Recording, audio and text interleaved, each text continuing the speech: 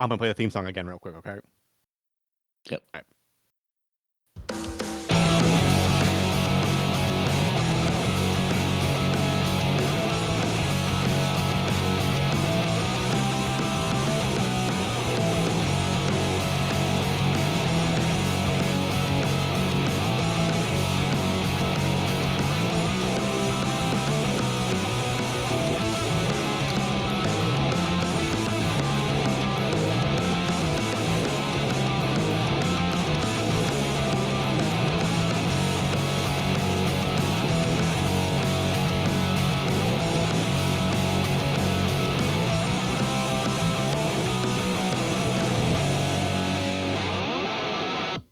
Hello, welcome to the worst movie ever made, an experimental movie podcast designed with one thing in mind: to find the worst movie ever made. I'm your host, Chris Hockman. I'm joined by my co-host and fellow mad scientist, Rob Scucci and Bob Hassick. Hey guys, how are you? And Bob, take it away. This is your bonus episode. All right, so for loyal listeners of the show, you guys know that we had a B movie season, and within that B movie season, we found The Room to be the worst movie ever made. And if you haven't seen The Room, do yourself a favor and go out and watch it. Maybe have some friends watch it with you, and if you're lucky, you will attend a 20. Oh shoot, is it 20th or 25th anniversary screening of the movie, hosted by Greg Sestero, the co-star and co-creator of the movie The Room, and the author of the book about the movie called The Disaster Artist. And that's what I was. I was fortunate enough to see this for 15 measly dollars. I was able to go to a group viewing of The Room with Greg Sestero there. He did a meet and greet. He did a Q&A. It was pretty much a dream come true for me. So what I'm here to do is just give you like the experience of what it was, because they may be coming to your city and you may have a chance to see this. And we're gonna make sure we at Greg Sestero on this episode promo, so he doubtfully listens to our episode while traveling from one city to another, because he is on a nationwide, and as far as I can tell, in some ways, a world tour promoting the 20th or 25th anniversary of this. I think it came out in 2003. I think so. It's 20th. 20th. Okay, 20th. It would be 20th. Anniversary. Yeah. No, yeah. I should know this. I was there. Okay, so. So I can't speak for the entire tour, but basically what happened when I went to the viewing was I got into, it was like a bar / like venue. Okay. Kind of like your local dive bar / like stage. Let's call it venue. For the sake of the show, let's call it a packed arena. Let's call it a packed ass cheek arena. and there were a bunch of folding chairs because it was not an arena. It was the most uncomfortable seating I've ever. That's the only negative review I have of the entire event. Were they like those fold out like metal chairs where there's no cushion at all? Yes. Oh my god! So like like 90s wrestling in your local high school chairs. I lost the feeling in my feet many times during this viewing. Okay.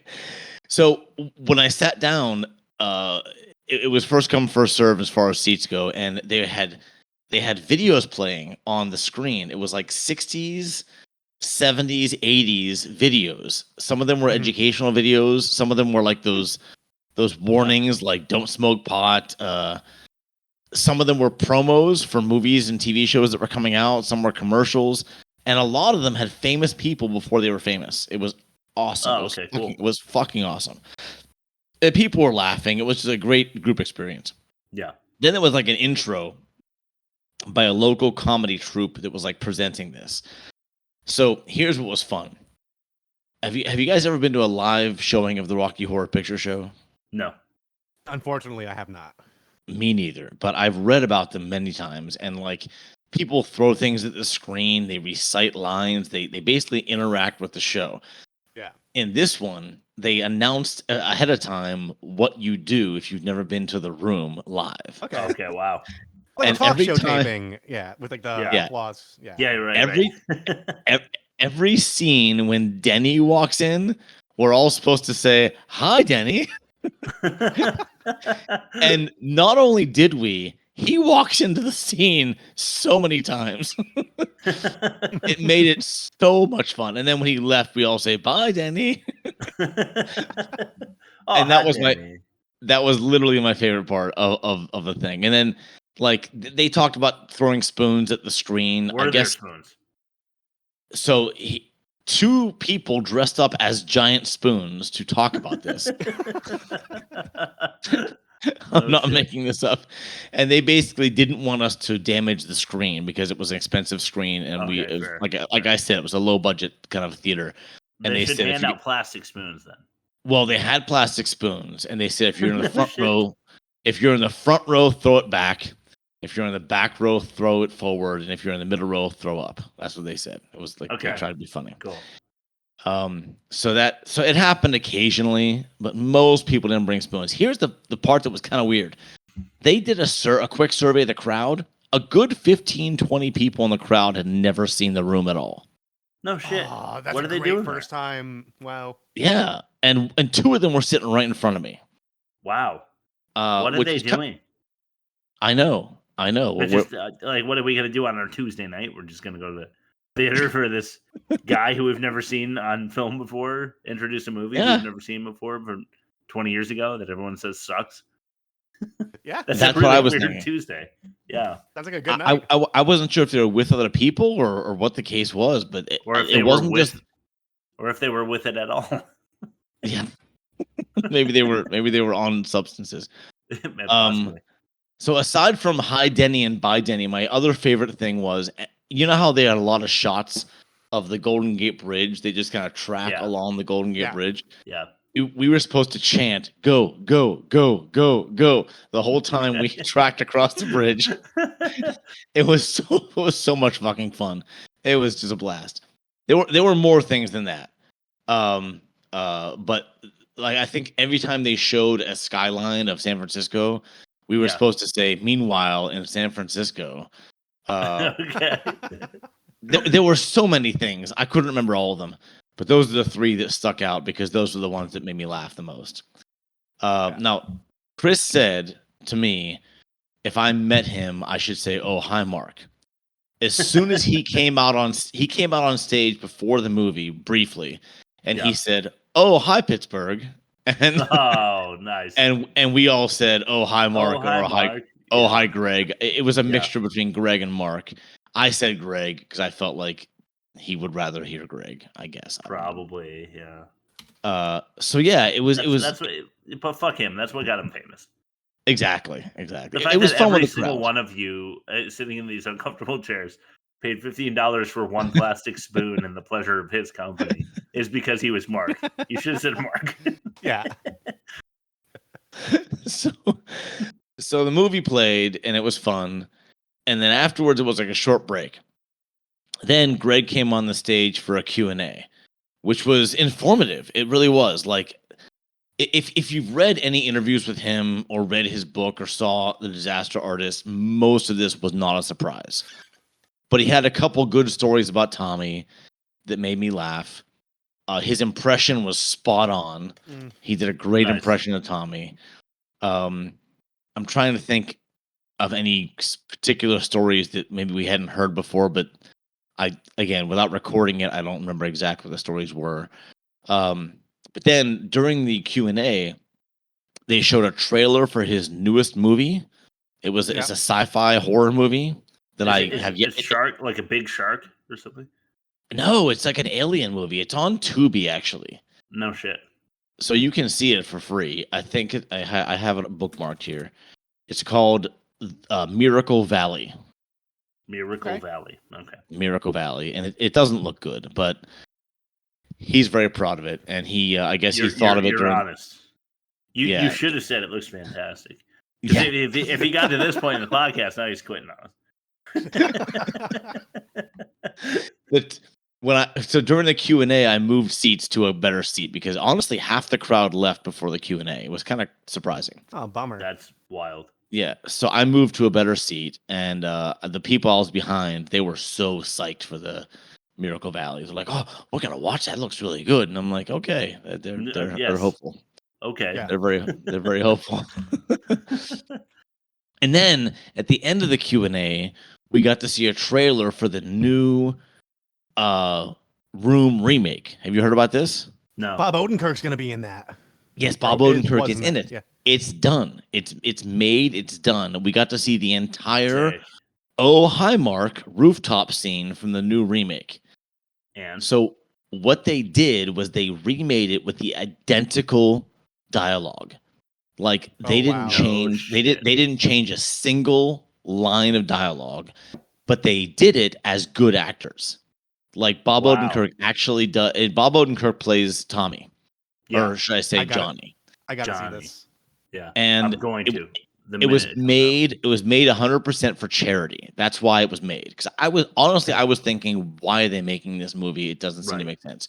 It was made for charity, so all the proceeds are going for charity, which is All right. I thought pretty smart, Yeah, for sure. And honestly, it's the scene I saw was all black and white. I'm not sure if it's actually all black and white or not, but the scene I saw was all black and white. And the guy that played opposite him, the guy that played Mark, I didn't recognize. I don't think he's a named actor. Okay. Okay. But it was cool. That was cool. I got to see that, and with the entire scene, everything from I did not hit her, all the way until they left the roof. All right. So Nice. it was cool. It was cool as hell. And then, so as soon as that ended, they said, go buy the book, go say hi. And I followed him from the stage to where he was going to stand because I wanted to be the first one. I didn't want anyone else to be in line in front of me. I got to ask him 2 things from our Fact or No Fact. Nice. I asked him if it was his idea to keep his pants on. He said yes. Okay. Nice. And the other one, oh shoot, I think it had to do with the crew just being changed around. He said, "Yeah, totally true." Well, And Bob, then did you ask him the question I told you to ask him? no, I did not ask him that question. do you want to mention, because I thought it would be really funny, or informative, I should say, not funny. Sorry, Greg, but like, does he think that he would be less famous if it weren't for Tommy? Because I think he's like borderline infamous. He's just such an interesting character study, Greg Sestero, to me, because So the reason I he's still didn't ask making him, money. the Go reason ahead. I didn't ask him that one was because he kind of answered that in the Q&A.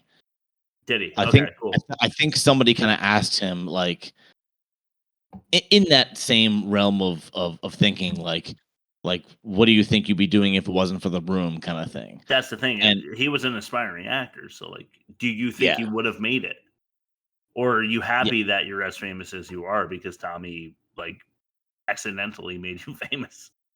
I'm pretty sure he's very honest about timing and luck having a lot to do with it. Yeah, Because so what happened was after they made the room, is before they showed it to a mass audience in like right.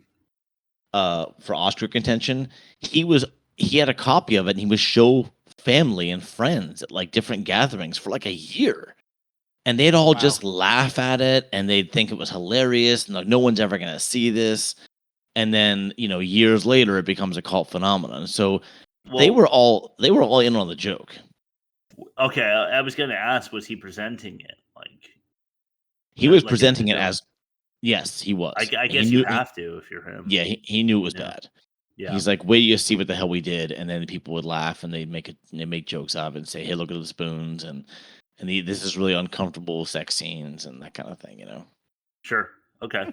I was just wondering, like, how attached he was to it. Like, because he still is Tommy's just such a strange character that I feel like an American would be like, fuck everybody involved. I don't understand why they don't get my vision. Like, this is a great movie. Like, Tommy is too, in the clouds to understand what actually happened to him after that movie. I don't really know. Like, how are So he and so I Greg guess still on good terms, you know?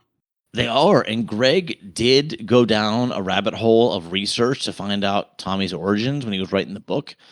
and I guess he got a few steps in. I guess he went to New Orleans and went to the address that Tommy Say lived at. It was like an empty lot. It was like not a real No place shit. at all. Oh, And so no way. it was like 2 steps after that, he decided the mystery is better than reality, and he's just stopped That's fair. researching. Yeah, that You is know, fair. he thought it was just better. So get this. The oh shit, now I forgot what I was gonna say. My bad. You had a good question, and it made me think of the sex scenes. Remember the Yeah. music during the sex scenes, like really like uncomfortable, Yes. like 90s R&B. Yeah. Well, that originally was Bon Jovi, and basically they said we're never going to pay for Bon Jovi, No and chance. 2, Bon Jovi is not going to agree to this. So they found like some like budding teenage R&B star. They recorded the songs just for the movie. No shit. and those were the songs they used. And those guys actually came to the premiere. That's no fucking way. awesome. Yeah. I thought that was just so fucking awesome. Like good for those guys, man. Yeah. Yeah, good for them until like the entire audience is laughing at the movie they're associated with. They're like, this is just gonna bomb, isn't it? During the filming, we were supposed to try to clap along with the music during the sex scenes because it was so much in the movie. Yeah, And you got to drown it out somehow. So uncomfortable. Yeah, but anyway, I hope you got a good idea of what the event was like, and that we did pick this as a worst movie, and that Disaster Artist deserved to be in our good movie because it's just one of the best documentaries of a filmmaking of a B movie production that's ever existed. Like a mockumentary. Yeah, I mean, it was just so well documented of what happened, and honestly, that movie was very, very true to form. Like it had almost no lies in it whatsoever. There's very few things in the Disaster Artist movie that weren't fact. Yeah, that's true. Yeah. Well, so I thought that was kinda cool. I am glad that you informed me. If they do come to like New Haven or Hartford, I will probably go. I'll bring my own spoons. How's that? Just hide them in my pocket or something. And I won't damage the screen. Yeah. Yeah, might as well. Some tasting spoons. All right, cool, Bob. Thank you for letting us know what went down. We were hoping that Greg would interview, but that was almost just as good. You got to ask him a couple questions. He answered. Well, I got a photo. I got a couple photos, and I got a photo with him. True. So we'll put that on socials. Yeah, and we can put that as the promo photo for the episode instead of our typical stuff. That's smart. Let's do that. Yeah. And, all right. Thanks so much again for listening. Rob, go ahead. Do your thing. Yeah. You can find us at www.theworstmovieevermade.com. I'm reluctant to repeat this because we're filming this back to back from our regular episode, but I got to treat it like a separate episode. So if you go to www.theworstmovieevermade.com, you could see we're on Spotify, Google Play, we're on Amazon and Audible now. We're on all the regular big podcast apps. Just search The Worst Movie Ever Made. You'll find us. We're on Twitter, Instagram, YouTube. There's an envelope you can click in the bottom that resembles a piece of mail, and that's for email. And we would like some emails with film suggestions because as we scrape the bottom of the barrel, we end up watching movies like Moonfall. And we would like to watch things that aren't Moonfall. Ever again. I promise I will never watch that again. Yes. So that's all I got. Chris, you have a final word? Ooh, do I have a final word? How about in a few minutes, bitch? All right, guys. Thanks for listening. Yes. 6th time we listened to the theme song tonight.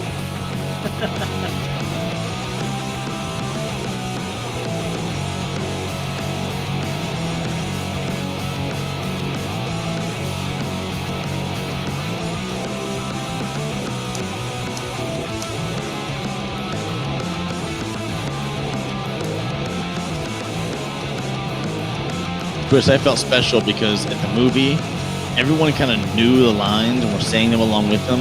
But in a few minutes, bitch was one of the only ones that I was the only person laughing out loud when they said it. so funny. I don't know how that's possible. Everyone should have been laughing. Yeah. All right. See you later, my saddles. Oh no! Jesus Christ. You